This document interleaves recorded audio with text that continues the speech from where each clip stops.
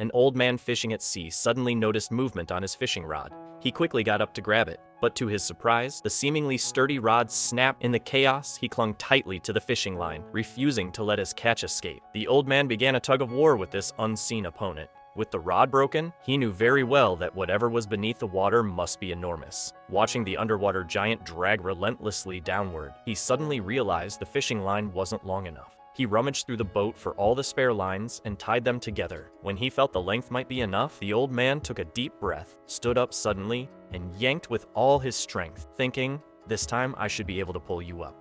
He was ready for a life or death battle. The old man had never expected that this opponent would be so formidable beyond anything his lifelong experience or imagination had prepared him for. Even as night fell and the sea grew silent, the contest of strength remained unresolved. The standoff had become a battle of survival. Whoever let go first would lose the chance to live. To fend off sleep and stay alert, the old man grabbed a handful of seawater and splashed it on his face. The icy water jolted him awake. Just then, a strange sound came from behind.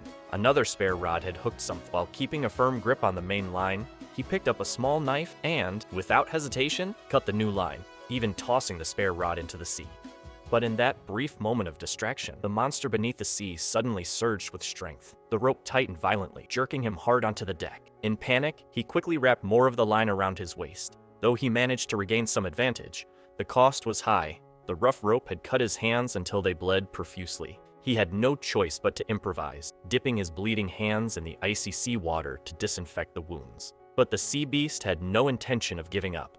It began another round of struggle. The old man gritted his teeth, endured the pain, and held the line with all his strength, plunging once more into what felt like an endless battle. He stayed awake and alert through the entire night until the break of dawn. Just as he was about to drift off, he suddenly noticed that the fishing line, once taut like a violin string, had loosened significantly. He instantly realized the giant fish he had battled for a day and night was finally exhausted. Sure enough, the next second, a giant carp, unimaginably massive, leapt from the sea. The sight left the old man utterly stunned. The fish was several times longer than his small boat. If he could capture it, it wouldn't just feed him, it would earn him respect and admiration in the village for the rest of his life. The old man poured all his strength, all his hopes and dignity into this one fish and hopes to catch it no matter what.